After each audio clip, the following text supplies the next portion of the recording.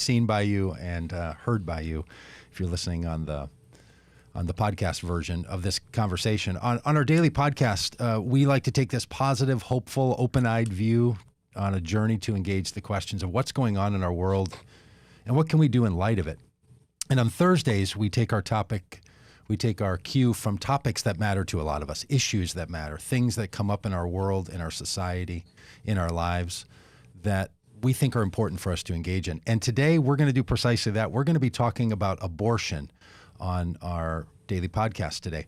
And I got to tell you, I'm a little nervous even saying that, talking about abortion. Not because I don't know how to talk about it. I don't. And we're going to engage with Ashley and with Elisabeth today to learn a bit about this from their perspectives.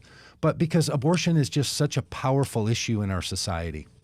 And I'm wondering, is there a common good way that we could engage with and talk about abortion? Is it possible for us to find a way forward that opens our hearts, that sort of enlightens our spirits, that enlightens our minds and connects us in our relationships in a way that is different than the way many of us think about and talk about abortion? So really glad that you're here today.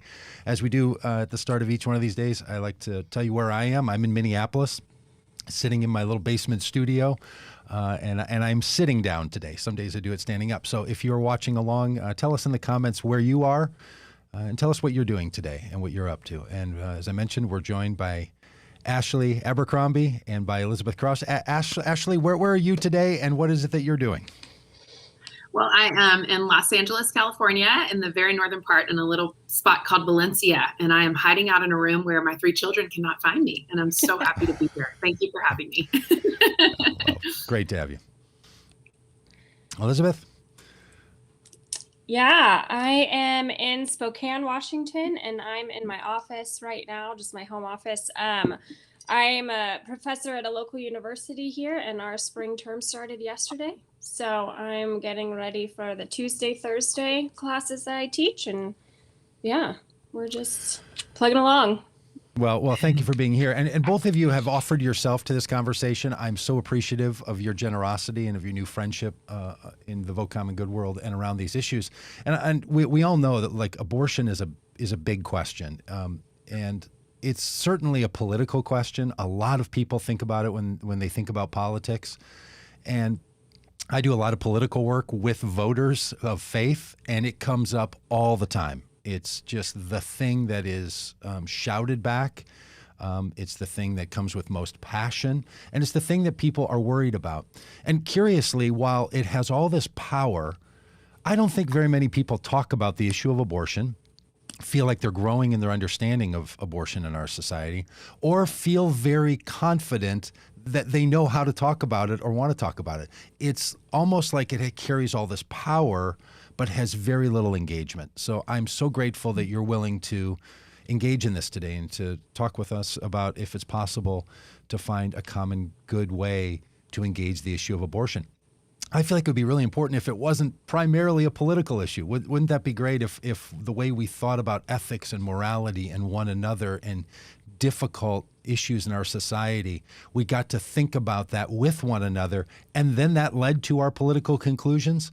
But boy, it seems like a lot of people have only thought about abortion as a political issue, and they've taken their views of abortion from others and sort of they bought their way of thinking off the shelf and haven't really spent too much time with it. So thank you for being willing to talk about it. Ashley, would you start by telling us what brings you to this conversation and how are you thinking about it as a way of introduction and a way to help people understand the varied ways that people are engaging this important issue? Yes. Well, first of all, I just want to say thank you so much for even having this conversation. I think this is a great starting point for people to do exactly what you're talking about, to go deeper.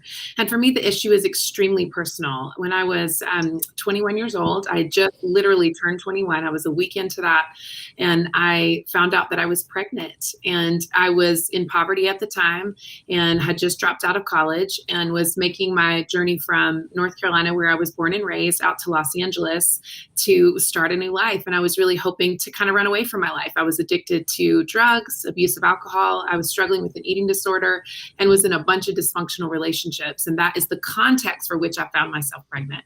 And I didn't know, I was quite naive at the time and remained naive at the time for the next 10 years or so about the evangelical experience with abortion or the political nature of abortion. I really was naive to it. I had no idea until I was deep into my faith. But I made the decision the next morning to have an abortion, and then I moved across the country. And the healing from that particular abortion took so long for me. It took me a very long time to talk about it with anybody. It took me a very long time to open up and share. There was a lot of shame surrounding that decision, and also the context for which I found myself in that, making that unbearable, absolutely impossible decision, struggling with addiction, being in poverty. These are things that we all wrestle to talk about until we're out of them. But when we're in the middle of them, it's very hard to talk about it. And I think that for me, having that abortion really opened my eyes up to what other women were going through. And for that, I'm grateful. I went on through the recovery journey. I have 18 years of sobriety now. This month actually is 18 years of sobriety for me. And I'm so proud of that.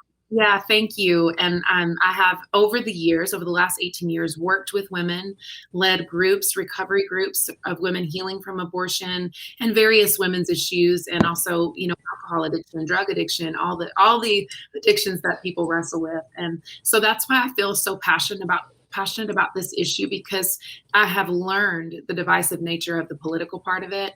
But I began with women, and I began with women who had to make unbearable, impossible decisions. And the rhetoric that's out there about the issue of abortion is incorrect. And the way that we talk about women around the issue is also incorrect. And I think that I would like to spend my life loving women and helping them heal from this decision, and then also helping educate and helping people understand what women are really going through and the context that makes, if we want to make abortion unnecessary, we need to understand the context from which women are making it. And so that's what brings me here to this table. And I'm quite honored to be here with you and Elisabeth. Well, thank you, Ashley. Hey, Elisabeth, what's brought you into this conversation? What do you bring with you?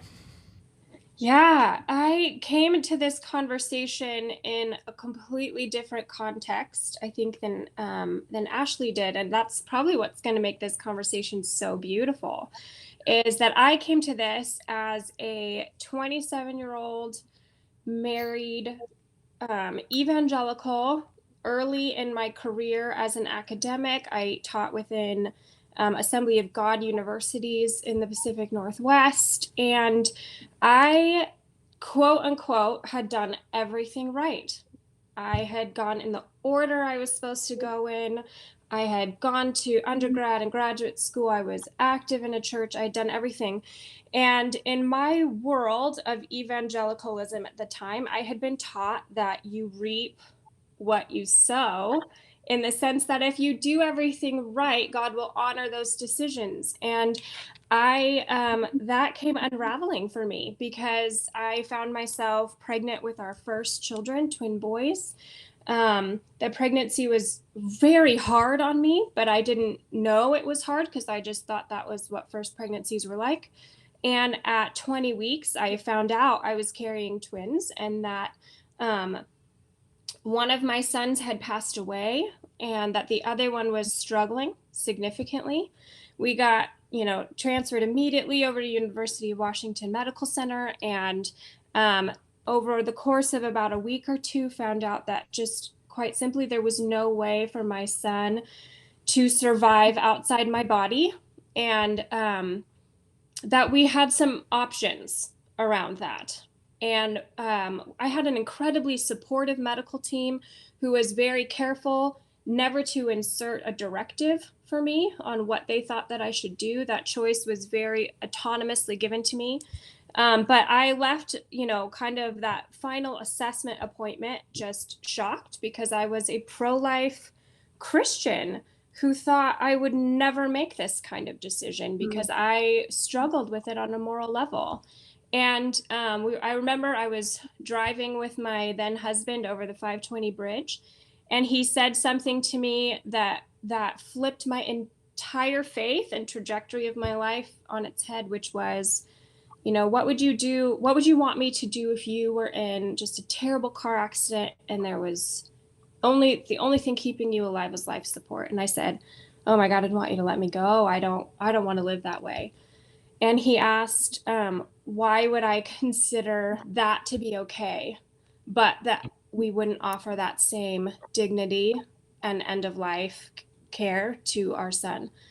And it's like the light bulb came on, and I ultimately opted for a late term abortion and decided to let my son go with as much dignity as I could, and with as much respect to my own life, because at that point I was going septic from carrying a child who was not living. I was struggling, and I couldn't see any moral reason to take my own life just to kind of make a point. But I was so ashamed of the choice. I hid it. I kind of talked about my experience as if it was a stillbirth, because that felt socially acceptable in my circles. And I just thought I would just kind of quietly move on with my life, which I did to some extent. I got pregnant relatively quickly, had my daughter, who is now 9. And when she was about 2, we thought, all right, we're going for 2. We're going to do 1 more and we'll be done. Found myself pregnant with a very sweet little boy who, again, at right around 18 weeks, I found out I caught a severe case of pneumonia and ultimately coughed so hard that I broke my own water, got an infection, and was once again faced with the choice of my life or the life of a son who couldn't live. And this time I decided to do it differently. I decided to end my pregnancy with as much care as I could and respect for my child, my son. But I ultimately decided to be honest about what I was doing, that this was the best decision for me. And the more people I was honest with, one by one, led me to realize that there really is an entire host of women who suffer. And I shouldn't say women. This pregnancy affects, non-binary people as well. So I should say people. That this affects just this whole community of people. And we have, through misunderstanding, slapped labels of what we think is happening in abortion clinics and hospitals across the country. And we've created so much stigma and shame around something that is such a viable and understandable choice at its core. And so I began to research, I began to compile stories, I began to recognize there aren't enough stories. We can't compile data because people aren't talking about their experience. And so I began to work on 2 fronts, just speaking about what I had gone through, and then recognizing that so many women and so many people are placed in situations where abortion care is necessary because of situations that we could impact in better ways. And so I launched a foundation working on making pregnancy-related care more available to women who struggle financially, and or to people who struggle financially. I'm really working on changing my language there, and I don't quite have it, but I'm really working on it. But anyways, I come with this desire for a change in understanding around this conversation, because we really have it wrong in the evangelical faith world. And understanding leads to better care and better power and better conversations. So I'm really happy to be here. Well, thank you both for sharing your story and for all the work that you've done. What I've found so wonderful in the pre-conversations we've had about this is that you're both deeply engaged in the stories, your own stories, of course, but also the stories of so many other people. Mm-hmm. And I'll just give you a little anecdote of this, why I think this is so important. This fall, I was out with Vote Common Good, and we were doing events trying to ask faith voters to act in a particular way in the election. And for us, that meant stopping Donald Trump's re-election for the common good. And we had a particular event that was that drew protesters for our cause, and specifically around the issue of abortion. And they had signs and had organized a large protest against us. And after the event was done, I spent time talking with those protesters to to hear them out and to understand where they were and see if we could find some place of common ground. And one of the men that I spoke with told me that he has been a anti-abortion protester doing this work since 1974, where he started as a teenager. A very long time. And I said to him, trying to find a place of common ground, I said, well, I'm sure in all of those years you have heard the many stories that go into the situation that causes a person to consider an abortion. And as I was going to say in my next sentence, he interrupted me and said, no, actually, I've never met a woman who's had an abortion. Why would I spend any time with someone so evil? And then he paused and said, well, maybe one person, maybe I know one person who did. And I thought, how is it that someone can spend so many years so passionately committed to an issue and yet not know the personal stories of the people involved? Now, I don't know that he would have concluded differently of his core beliefs. I just know that it would have been better for him, certainly would have been better for me, and I can't imagine that it wouldn't have been better for everyone that he's been engaged with. So I think this is so powerfully important that the no-talk rules around abortion are addressed, that we talk a bit about the language we use and this languaging of pro-life and pro-choice. I don't know that they work well. I don't want a woman's right to decide the continuation of her pregnancy to be something that I make or that the government makes. I want her to make it. That doesn't mean I'm opposed to life, and I don't think anyone who says that they want a woman to have the right to choose is saying that they're against life. But I'm accused of that regularly. Maybe you have been too, that if you say anything on the wrong side of this issue, there are people who will tell you that you desire to harm babies. Or sometimes if you say something, not right, or you phrase it in a way that you wish you hadn't, or you hold a view that isn't full and complete. There's people who support women's right to choose the continuation of their pregnancy. They will tell you that you've violated some talking rule of this. So it feels very nervous. And I said at the start of this, before we came on live here, I said, I don't get very nervous very often. And I'm nervous to talk about this one. I'm nervous as a man. I'm nervous as a pastor. I'm nervous as a leader. I don't really know how to talk about this. So thank you for your stories. And we're going to talk about this week and next week on where we go. And I know both of you have found and learned things from your many, many conversations in your own study that we don't know. Would either of you start by telling us, what do we tend to believe in our society and culture that's not right and that's not helpful and that we need to move beyond? Yeah. Elisabeth, did you want to go, or would you like me to? Go for it. I'll chime in after you. Okay, sounds good. So I think that, we don't often talk about context, because it's so much easier to just broad stroke an issue or to place people in categories. And I think in American society specifically, we do a wonderful job of ranking people, and we do it by class, or we do it by race, or we do it by gender, and we assign things to people. And the problem with that is that people are complicated. I'm complicated. My life cannot be put in one little category. And so we don't talk about context. We don't like talking about poverty. We don't like addressing issues. And so I think one of the most important things to know is that the through line of people who choose to have abortions, and we've heard this. Elisabeth, thank you so much for sharing your story. I mean, how powerful, and you are such a wonderful human to be able to share this and to also educate people the way you are. And I'm so grateful. And I think that what I want people to know is that the common through line is not ethnicity.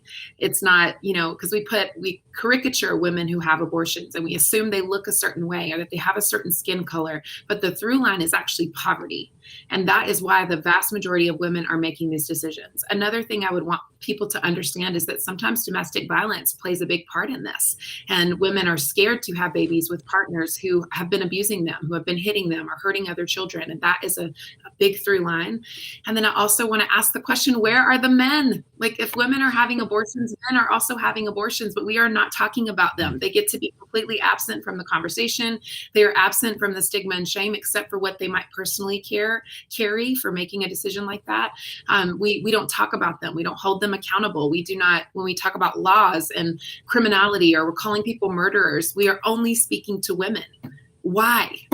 And I think for me, those things are very frustrating, because if you are calling a man a murderer for some reason, especially if he's a white man with wealth and means who has had an abortion with a partner or a sexual partner previously, then that changes the game. They don't want to call a person like that a murderer. And so that's why language here matters. That's why rhetoric matters. So we need to be talking about poverty and how we can alleviate that, how we can offer support to women and to families. And we also need to be talking about where are the men. And so for me, those are the things that those are the hills I want to die on when it comes to this issue. Thank you. Mm-hmm. Yeah. I'm going to say a giant, yes, amen, all the things that Ashley just said, I would have probably reiterated. I think the only thing I would add is that, especially for faith voters, who really is the kind of group we're trying to bring to the table and say, hey, there's space for you here. My encouragement would be, you don't have to pick a camp. Yeah. That this is not as polarized an issue as we have made it. We have turned abortion healthcare, and in my experience and in Ashley's experience, abortion was healthcare. It was healthcare for our bodies. It was healthcare for our minds. It was healthcare. And so the abortion issue really is about people. And we don't have to pick a side on people. We don't have to be polarized. Oh, I want babies to live, or I want babies to die. That's not the camp that you have to find yourself in. There is a third way. And I find myself sort of in this third camp, where I believe that life is made by God with innate value and worth. Every single human being is worthy of love and belonging. I recognize there is no consensus in the scientific community or the religious communities to help us understand, when does life begin? Those are questions we can't answer. We don't know. And so I function in the world as a pro-choice Christian with a pro-life ethic, who believes that women's lives matter and that we should do everything that we can to make space for life and give women the empowerment and the choice, give people the empowerment and the choice on when they feel capable of bringing life into the world. I think we forget the fact that Black women and Indigenous women are dying 8 times more often in childbirth than white women. We forget the racial disparities between healthcare provided to people, to trans people, as opposed to cisgendered white women. We forget the way that our healthcare system endangers lives because of implicit bias that we are really too scared to talk about. And that's a factor here. So what do we do on this side of the womb to make life valued and seen and loved and cared for? And really, until we deal with those systemic issues, we cannot look people in the face and say, hey, bring a life into this world, into a system that was designed to make sure that you don't live, that you don't survive, that your child can't eat, that you don't have access to good quality healthcare, good quality early education, and paid time off and support. We are asking people to birth children into a system designed to take them out. That's not realistic. It's not ethical. It's not moral. It does not line up with what I believe is a pro-life ethic. And so I would really welcome, faith voters to the table, giving so much space for saying, hey, this doesn't have to be one camp or the other. There are ways in this gray world to merge an ethical identity that allows you to support life here and to make, abortion safe, legal, and rare, as rare as we can. That's really the goal. And so that's probably the only thing I would add to everything that Amber already said, or Ashley, sorry, already said. Just that this is nuanced, and it's okay for our approach to it to be nuanced and carefully considered and crafted. I love that. I like to say that I'm pro-life from womb to tomb. And I'm sure if you've been in an evangelical circle, you'll hear that. But that's what I like to say, because I think sometimes, especially if you want to begin talking politically, which maybe I don't know if we're doing that here or not, but, Yeah. many people, because of the single issue voting, don't consider other factors, exactly what Elisabeth just said. I mean, I think about how difficult it was for us when we had our second son. Our first child we had on insurance, and we paid $500 for the entire birth, prenatal, and postnatal experience. And then when the medical bills started coming in for our second child, it was $28,000 on private insurance. And there was absolutely zero chance we were able to afford that or pay for those bills. And we had to call insurance. I'm literally a week postpartum on the phone with insurance, begging them to change things, and so you just think about stuff like that, where you're just like, we are not, we're not in an economic bracket right now that makes us have to struggle through life or live paycheck to paycheck. And with that bill sunk us. And so I think about, what does that mean for other women who are going in, birthing babies, and thinking about the economic parts of this? What does that mean for a family who works minimum wage, or they work at a grocery store, or they work at Starbucks, which is beautiful. That all work is holy work. All work is sacred work. It's good. But what does that mean when they don't have paid time off? What does it mean when a mom has to put her child in a daycare at 4 weeks old? A baby can't speak, baby can't talk, can't communicate what's happening. I just think these are the things that we're not thinking of, and we are not surrounding women and families or single parents with opportunity to really flourish in life. And I'm so glad, Elisabeth, that you brought up education. It's another thing that I find to be extraordinarily important, because we have such gross disparities in our education systems. And of course, there are towns and cities across America where there might be one elementary school, one middle school, one high school, and that might feel a little bit more good in the sense of the education that they offer. And in larger cities where you have options, the people with the most power and the most means are the ones who have the good options, can choose a private school, can move to a zip code where the schools are rated 9s and 10s, people who have no options and no choice. And then that behavior on top of a household that's what that behavior cultivates in children in a household that's already struggling financially, that is struggling relationship wise, that can't communicate. Like, there's so many things that we need to be thinking about instead of, as Christians, these are the things we need to be thinking about, instead of just erasing all these issues and saying abortion is the only thing that matters to me. And it makes me sad to think about that. And Doug, to the man that you met, the protester, I think about that as well. It's like, goodness gracious, what's so sad is that, 30 to 40% of women in America have had an abortion. And because of that, he certainly knows someone who has. And so it's so sad to think that he is of a mindset that his words and his demeanor don't affect any of the women in his life. And Elisabeth, this probably from leading groups with women, but we learn that they don't tell their families, or they might be in strong faith communities where they're not talking about this because they feel fear or feel like they're going to be outcast or shunned or shamed. And so I think sometimes we just need to watch ourselves. The Bible talks often the words that we use. Are they wholesome? Are they helpful? And are they hurting and harming others? Because that matters to God. And so we can't divorce ourselves from our language and what God thinks about language. And he is watching and reading Facebook comments. Okay. Like Jesus sees those too. One of the things we talked about earlier this week was that we've talked now for 28 minutes about this issue of abortion on this podcast and live stream. My guess is this is longer than most people have talked about the issue of abortion for the last 5 years combined.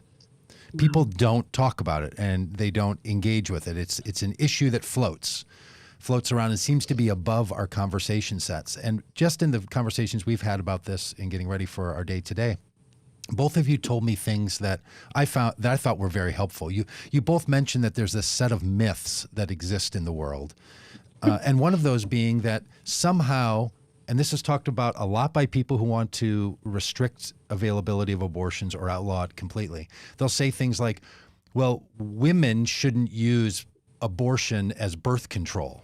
Like there should be something else. Like long before they get to something about adoption, there's this belief that women are both using it as birth control casually, and that there's freedom for mothers. And the former president, the ex-president of the United States, said this explicitly, that women and doctors are deciding while babies are being born, or he even went so far as to lie and to say after they've been born, to look at the baby and decide if they want to keep the baby or not. And that's what we're trying to stop, is just random carelessness around abortion. And those things are very damaging. They're not only just factually inaccurate, but I believe that they're designed to hurt and to shame and to inflame violence against people who view the world differently than you do, and that's a big thing. Can each of you say a few more words about that, about this way that abortion is talked about in our society, and what you know from your own personal experience and from all the study and engagement that you've done about what's really going on?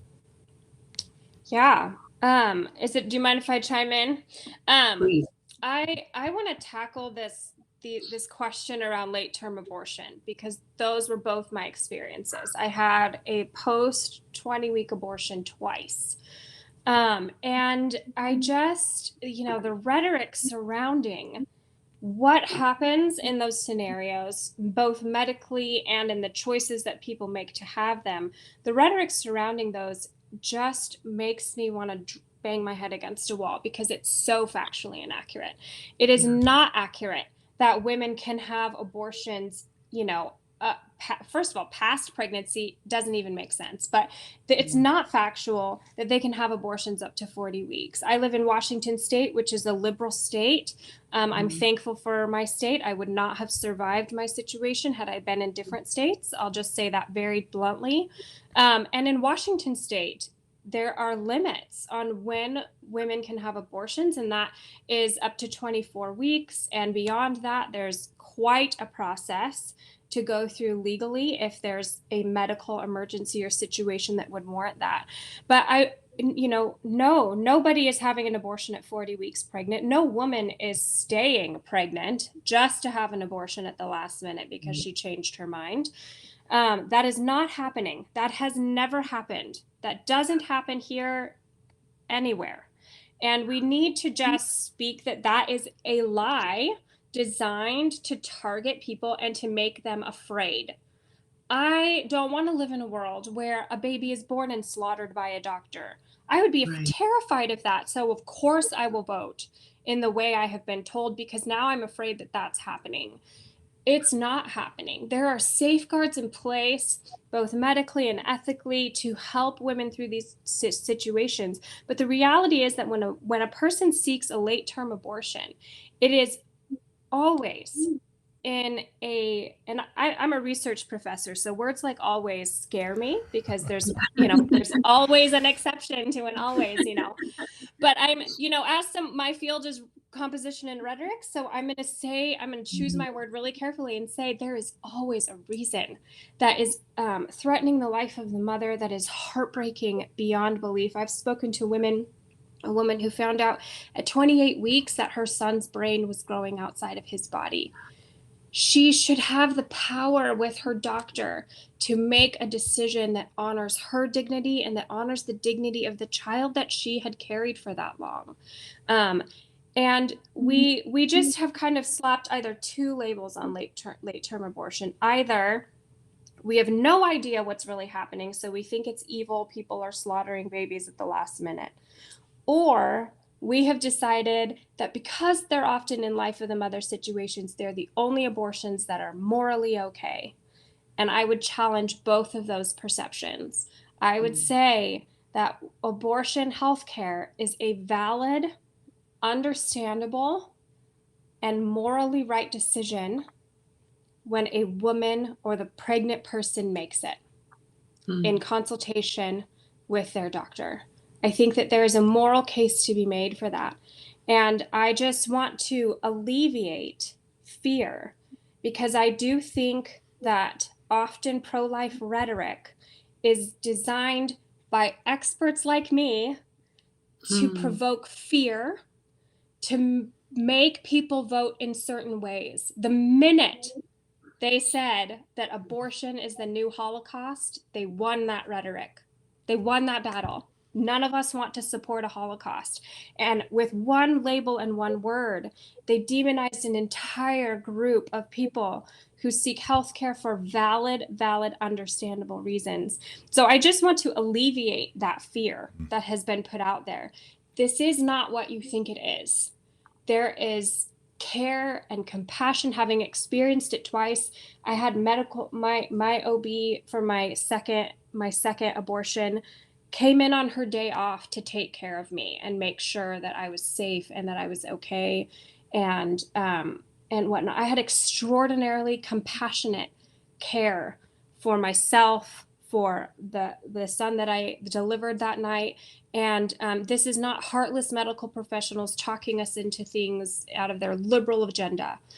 This is healthcare, regardless of when that abortion takes place. And so I just want to alleviate that level of fear, especially surrounding late-term abortion, to help people recognize this is not what you've been told that it is. You know, it's shocking that one of the improvements may be that rarely now do we hear the term partial birth abortion. That was a very powerful rhetorical phrase that was used a number of years ago, and now it has morphed into, you know, other phrases that go around it. But that kind of idea that stirs up in people's minds falsehoods about something that's very complicated, very difficult, and involves doctors, involves state statutes, and involves ethical decisions, to frame it and phrase it in a way that seems to be so inflammatory is in and of itself clear to me that something else is going on, right? And look, every side of politics likes to use impassioned phrases to inspire, but sometimes they go beyond the politics and they really become hurtful and harmful. And so I'm glad that phrase is out of the lexicon. But this notion, and the number of people who really do believe, I have had many conversations with people who have argued with me saying, oh no, it is true that a doctor and a birthing person can decide whenever they want to terminate that pregnancy, and no one can do anything about it. Virginia changed its laws. New York changed its, like, there's an entire very well articulated argument that I think is full of falsehoods around all of this. And while we can't get into all that today, we'll put in the show notes some links for people that watch on the podcast, and we'll come back in the comments here. And we're going to be talking about this again next week, so we will tackle some of those other issues. But Ashley, do you have some thoughts on the other things that people are hearing that are clearly not true and that carry a lot of weight in this world, in this conversation of abortion and how we think about it? A few things. I mean, one is, I think about who was on the court at the time this decision was made. And it was a conservative court, most of them Bush appointees. And so I think that's very interesting, who voted, almost the entire court voted to keep Roe v. Wade. And they wanted exactly what Elisabeth said earlier, safe, legal, and rare. And I love what you're saying, Elisabeth, because it's true. Like, those late-term abortions are not a thing, and it's not even possible or legal at all. And I will say, I don't think there is as much compassionate care for women who are at my stage of pregnancy or in my situation, so it is different, because you're probably, some of the listeners or some people watching might be thinking, well, wait a minute, is that true about abortion clinics? And I don't think so. I wouldn't call the care that I received compassionate or caring, but it is what it is. But I think that's an important side of it, is that there are so many things to address in the issue of abortion that it can feel a lot overwhelming for people. I want to circle back to what you said, Doug, about people saying that women use abortion as birth control. So there's a couple of things that I want to say here. No, they don't, because then that would mean that women are having 2 to 3 abortions each. And while that does happen in some extreme cases, and I have met these women and sat with them and heard their stories and understood their reasons for making those, again, unbearable, impossible decisions out of trauma or pain or mental illness, domestic violence. I mean, there's so many reasons why women may have more than one abortion, who are not in a late-term situation like what Elisabeth was in. But it is not what women do. They don't use it for birth control. And the other thing is how shaming for women, because again, where is the man? He is not present in this rhetoric. And very often he is encouraging the woman to either have abortion, or he's giving a cop-out statement like, whatever you decide, I'll support, which is not helping her make a decision, by the way, for the baby that he is also carrying. And so I think that it's important to talk about men here again, because this rhetoric is designed to shame women, to stigmatize women and in some cases criminalize women. And I know I was living in Manhattan when they passed the law, which was based on a woman who, she wanted her baby so desperately and just could not have her baby, and ended up going to Colorado to have a late term abortion because New York didn't allow them. And they designed the bill around women like her. And while we may not agree on all the tenets of that bill, of course, but at the same time, what was great about the bill is that it moved abortion from the criminal code in New York within the Supreme Court Penal Code to the health code. And so what that means is that a woman cannot be prosecuted for making this unbearable decision. And so across many states in America, abortion lies within the criminal code. So that's why I hate and despise the language like murderer, because as soon as you use a word like that, it becomes possible to criminalize a woman or to jail her or to make her go to court to have fees and, all the different things that could be possible there. And in no circumstances do I think any of the women, nor me myself at 21 years old, needed to be jailed or criminalized for the decision that I was making. And so that's another reason I think we need to be careful about, using this as birth control, or, here's what doctors are really doing. And, women are murdering their babies, or if you vote this way, you're a baby killer. That language is serious. It is serious to use the word murderer. It is serious to use the word baby killer. And we need not use it so flippantly. We need to be thoughtful and think about the things that we are saying and really examine this issue. And I think if you have not spent more than 5 minutes researching on something that is not an extreme news station, whether it's Prager or Breitbart or, CNN or Fox News, if you haven't spent more than 5 minutes researching this issue, maybe you don't talk about it until you've spent a little time understanding stories and actually doing factual research and data. All those statistics are public and made available to us. And so you can actually see what's happening for real. You do not have to lean into a news outlet to tell you all the things that you need to know about this issue. And I'm proud of those of you who are listening, because I know this is not easy to sit and hear and to listen. And I'm proud of you for making the decision to hang in there. We're so proud to be talking about this. Mm-hmm. What other? That's such good advice from both of you. What other advice do you have for people who are engaging in this? Because obviously your own stories and the people you've connected with have allowed you this real gift to be engaged. Mm-hmm. But as we've mentioned so often, because of shame, people don't share with others that they have terminated their pregnancies. They don't talk about a late-term abortion situation that came to them. They refer to it, as you did, Elisabeth, for a while, as a stillbirth. But they didn't. They just know the shame and the pain that comes around it. So we keep it quiet. What advice do you have for people or for communities of people? I think about a lot of churches that say that they're pro-life as something meaningful to them, but they don't have a sermon on any of this. They don't have a forum. They don't ask women to come up and tell their stories, and they don't obviously engage in all the other issues that are encompassed in all reproductive decisions. We just don't do that. Like I don't know of any churches that are actually heavily engaged in such conversations. What advice do you have for people who want to change that, and they do want to have these conversations, and how do they do it? Because as I do, that you run into the wrong person, and sometimes that anger is really just hidden pain, right? Yes. And mm-hmm. It can harm, and people who just want to do as little harm in the world as possible just don't want to talk about this stuff because they know it makes things worse, it feels to them. What advice do you have for how people can talk about these issues if they're not quite as versed and as practiced and as articulate as the two of you find yourselves to be? Yeah, I think that if you are a pastor, and especially if you are a male pastor, which the vast majority of them are, that's a pretty patriarchally dominated field to go into. I think, and you are committed to having these conversations. I think label it appropriately as not a sermon, not a talk, not a lecture, but a conversation, and then hand your pulpit over to a woman who has expertise in this field, whether that's experiential research, publication, etc. Someone who is knowledgeable and grounded and is okay to take what's about to come to her from that congregation, perhaps. Yes. But there is a lack of grace on both sides here. There's a lack of grace within the pro-life community to listen and understand and empathize with people who found themselves needing abortion health care. And there is a lack of grace and empathy and understanding on the pro-choice side for people who feel very morally torn and unsure about why this could ever be okay.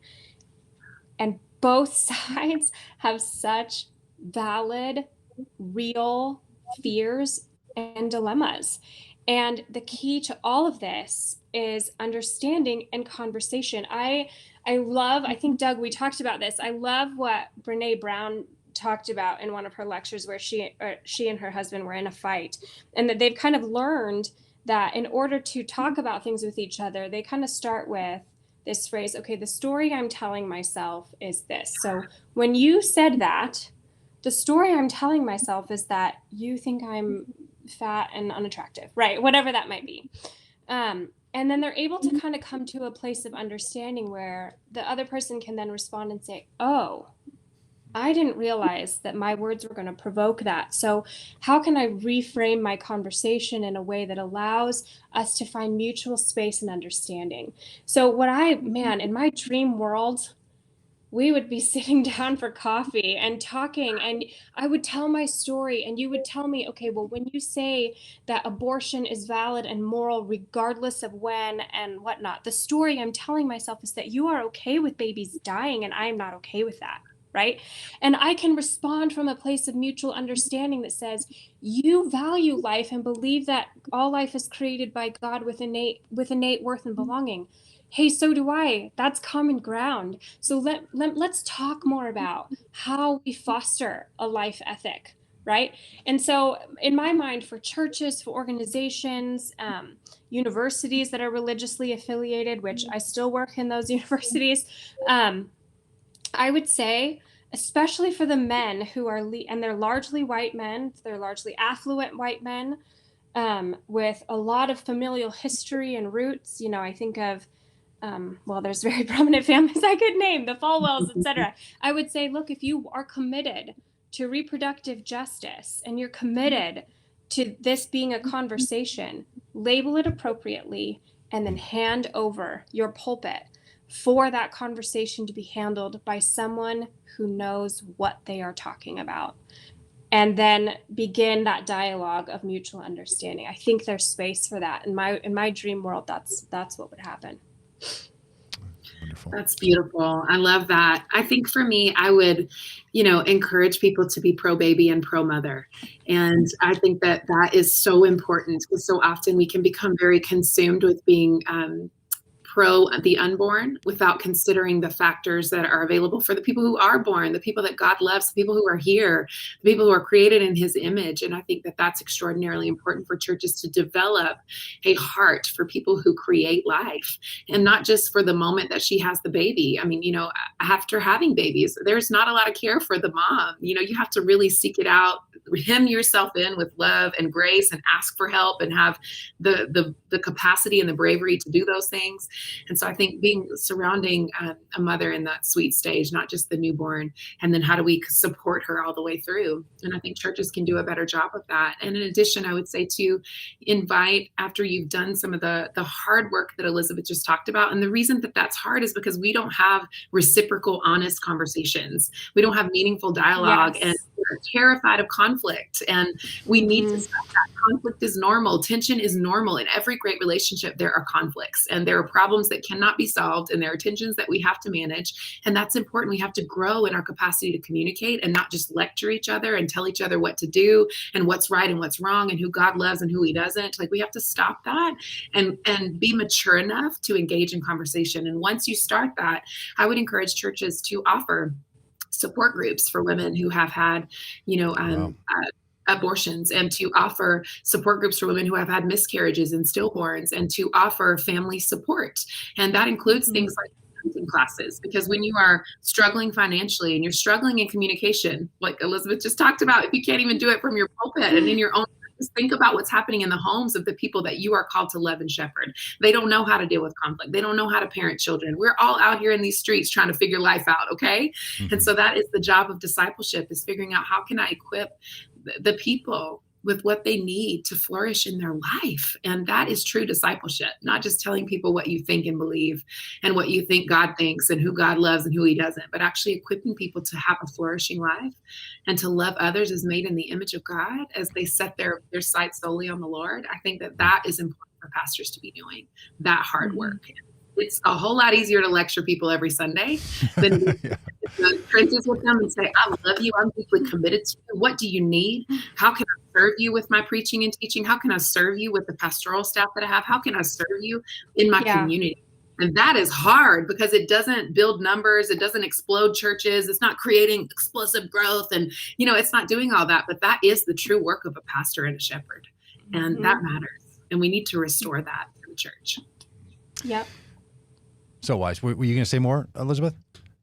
I just think, Please. Look, pastors, just be ready, right? Yeah. When you come to this table to do this holy work, people are going to leave your church. Girl, it's say going it. to It's happen. It is going to happen. But that's okay.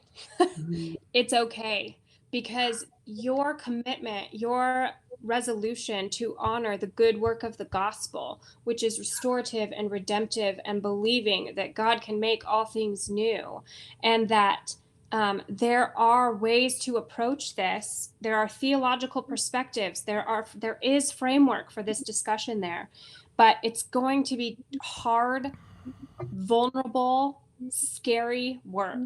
And there are some people not ready for that. And so I think, it is a brave pastor. It is brave holy work to say, I'm not the right one as an affluent white man to address this issue. I am the one to listen and to take my cues from the women, and I would say from the people of color and non-binary people who we should have been listening to this whole time, but we haven't been. It is really hard, vulnerable work to say, this is not my space to speak. This is my space to learn. And I just want to commend maybe the albeit few pastors who do. I served at a church where I sat on a panel and I had this conversation from the pulpit, and it was holy work, and it was restorative work, and it was painful work, but it was good work because it brought about the hope and the healing that needed to happen within my community. And it was a good start to holy work. So I just want pastors to have a realistic understanding. Yes, this is brave, holy work.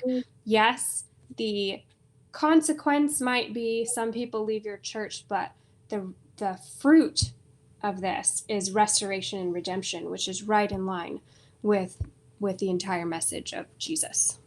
Yes, and other people will come. That's the comfort. Yes, people leave. But when you do this work, people who are hungry to experience redemption and restoration will come because they feel safe and they feel like they can feel a place of care and compassion and connection. And that matters to people. Yes. Amen. Well, hey, I just want to notice people are commenting in the comments, and someone just asked if this is being recorded, and it is. So anywhere you're watching this, you can just share it, and it will continue on afterward. There's also the podcast version of this, which you can get over at vocommongood.com/podcast and subscribe there anywhere you get podcasts if you want to send just the audio to others to be part of it. This is so helpful because it's so easy for us to make an enemy out of people who believe differently on issues that matter to us, and then to be sure that the motives of our enemy comes from the fact that there's something morally wrong with them, that there's something evil about them. And it's very hard to be in this conversation and not have someone say something like, you want to kill babies, and someone else say, well, you hate women. And both of these are coming from a place that the person truly believes it. Like, they are very scared that the others in this country are going to have their ways, and that means something's going to be lost. We're not just afraid of other people participating. We're afraid of the loss that comes when other people participate, when power is shared. And this is what makes this so difficult, right, is that it has been brought to a place where if someone differs on an issue that's so important, and look, I mean, this is a hard thing, right? We've all watched what's gone on in our country in these last number of years that has been like a 2020 and 2021 refresh of days gone by when we're reminded, oh yeah, we're still doing that thing where some people are living their lives in ways that feel so incongruous with the rest of our lives. Like, I don't know how I live with insurrectionists who attack the Capitol and want to kill police and kill political leaders. I don't know how to find common ground and not say there's something really painfully wrong here that has to be corrected. So that's easy for me to jump on my high horse of confidence that something's not right, and we need to limit like who's saying what here, because some of this is so dangerous to people. But that doesn't feel right to me either, right? And I don't know how we move forward. And abortion has been curated up over nearly 50 years to being this shorthand for you're moral and I'm not, or I'm moral and you're not. That's its function. Like basically it's shorthand for I'm a good person and you're a bad person on whichever side we find ourselves. And boy, that is a kind of danger that is hard to move forward on. Do either of you have thoughts about when that goes on inside someone and they like want to engage in this conversation? And Elisabeth, you said it so well. Like, I would love to be able to have a conversation where I say, you think, but sometimes people still believe things that when you hear them, they're terrifying to you, right? Yeah. It's not as easy as, hey, I'm just going to check my emotions here and see where I am on this with you. Like, it feels like, oh my goodness, you are those people that I've heard about and I fear. And we live in that world of fear. Do you have any thoughts for how we? I mean, I know like this is not a problem to be solved. This is a condition that we will respond to over and over because it comes up so often in our society. But do either of you have thoughts on that, to how we recognize one another and also recognize the very deep worries and pains that are inside of us, where this kind of unity and finding commonality feels like it might be the dangerous path forward? Mm-hmm. Yeah. Boy, the common ground is that we are all, at the end of the day, we're all human. And sometimes I look at people and think, you cannot be made in the same image of God that I am, right? Like, no way. Really? It was painful for me to hear former President Trump sit in an interview and say that women who have abortions should be punished. Right. Yes, That should be criminalized. I went and I remember running from the room. I vomited and I cried because I thought, what? That's hard. And I want to just validate the kind of instinctual, I don't have a word. I should have words, but I don't have a word for that feeling. But at the end of the day, what I remind myself when I'm sitting across the table or across a Facebook chat from someone who just called me Hitler, is okay, at the end of the day, you're human, you're made in God's image, you're worthy of love and belonging. That's the common ground. And my job is not to convince you of my perspective. I have no, you are allowed to feel what you feel and believe what you believe, but you're not allowed to dehumanize me in the process. And I'm not allowed to dehumanize you in the process. And so there are going to be probably, for a while, it's going to be more conversations than not, where we walk away from the table and we think, boy, that got us nowhere. We're both landed in the same camp we were in before. But if I can leave a table and say, but not once did I call you a jerk, right? Not once did I lose my temper and treat you in a way that disrespected the fact that you are made in God's image, even if I can't possibly fathom that in this exact moment. And I think it's okay for us to recognize that it might take 27 conversations before we find any common ground. I had recently, this is kind of a redemptive moment for me. I have these conversations a lot. And there are more people who find empathy for me than not. And I just, given my situation. But I remember vividly a conversation with a woman who just couldn't let it go. And it was just this horrible, yucky, everything got devolved badly. And this was years ago. And only about 2 or 3 weeks ago did I just get a random email from this woman who I had to look up to remember how horrible the conversation was. But she said, I don't know if you remember me. I don't know if you remember talking about me, but I actually ended up finishing college and becoming a nurse and working in a hospital, and I was wrong. And I'm Wow. really sorry that I talked to you the way that I did. And I just need to say that to you. And will you please forgive me? And I was like, yes. Like, it was such a healing moment for me. It was a healing moment for her. It was this moment where we said, hey, maybe that wasn't the best of both of us in that conversation. But what's common, the thing we can come back to, even if we will disagree from womb to tomb, is that you're still made in God's image. And I will disagree with you strongly. I will have firm boundaries. I will still advocate for what is just and good and right, but I will never dehumanize you in the process. I will never call you a woman hater. I will never call you, a jerk. I will never do anything that dehumanizes you. And that's when you win. You win when you walk away from that table having honored the life ethic within you to say, I will believe that the divine is within this person somewhere, and I'm not going to disrespect it, whether we agree on anything or not.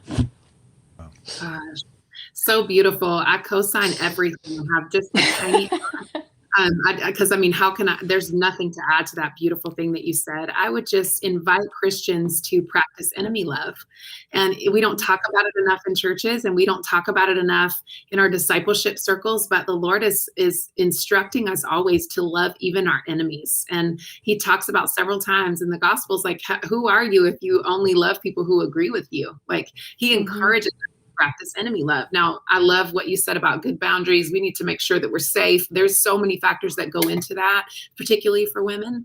But I would encourage us, can you begin to view the other person that you feel like you hate, the other person that you feel like is hurting you, the other person that you feel like the rhetoric is so harmful and damaging to groups of people, that can I invite you to sit with them and picture them as made in the image of God? And what does that do with the way that you speak? And what does that do with the way that you direct your compassion and convictions? And what does that do to the way that you respond? And sometimes a healthy response is ending the relationship, walking away. That can also be a response. Like the Bible says, oh no, man, but to love him. But it doesn't say I have to like you. Okay. So sometimes the best thing for me to do is not be in a relationship with you. And that's okay too. Invite more Christians to practice enemy love. It is something that the Lord commands us to do. And it's good for our heart, to not begin to dehumanize people in our heart and in our soul. That is poisonous to our body, to our mind, to our spirit. And it's better to begin to think of people as made in the image, and God loves them the same way that he loves me. What a beautiful way to finish, with a reminder that we love the divine, we love ourselves, we love our neighbor, and that same is extended to our enemy. That's teaching of Jesus. Hey, thank you so much for this conversation, and we're just going to pause it here because next week we're going to come back and talk again. And if people have their own stories that they want to share, we would love for you to share that with us. If you're someone that has a story that you want us to know about and to inform our conversation, you can email podcast@votecommongood.com. Tell us your story, and we will know it when we come into the conversation next week, and we're going to engage with some others. And you might know that this is a daily podcast with a theme each day. Tomorrow we're going to be talking about economics. On Monday, we talk about common good news. Tuesdays, we talk about common good politics. Wednesday, common good faith and important issues on Thursday. And we'd love for you to be a podcast subscriber, or if you're watching this on a social media channel, just know we're on all the other ones as well. So look for Vote Common Good in all those places, and you can pick that up. And Ashley Abercrombie and Elisabeth Kraus, thank you so much for your great guidance and for your great input into my life and for meeting each other. People should know that the two of you haven't had a chance to meet, so this is fresh for the two of you as well.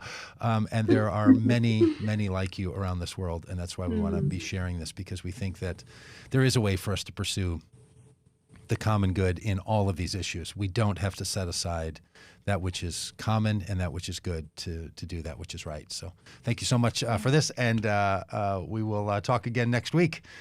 So thanks, everybody, for being a part of this, and we will see you tomorrow or again next week.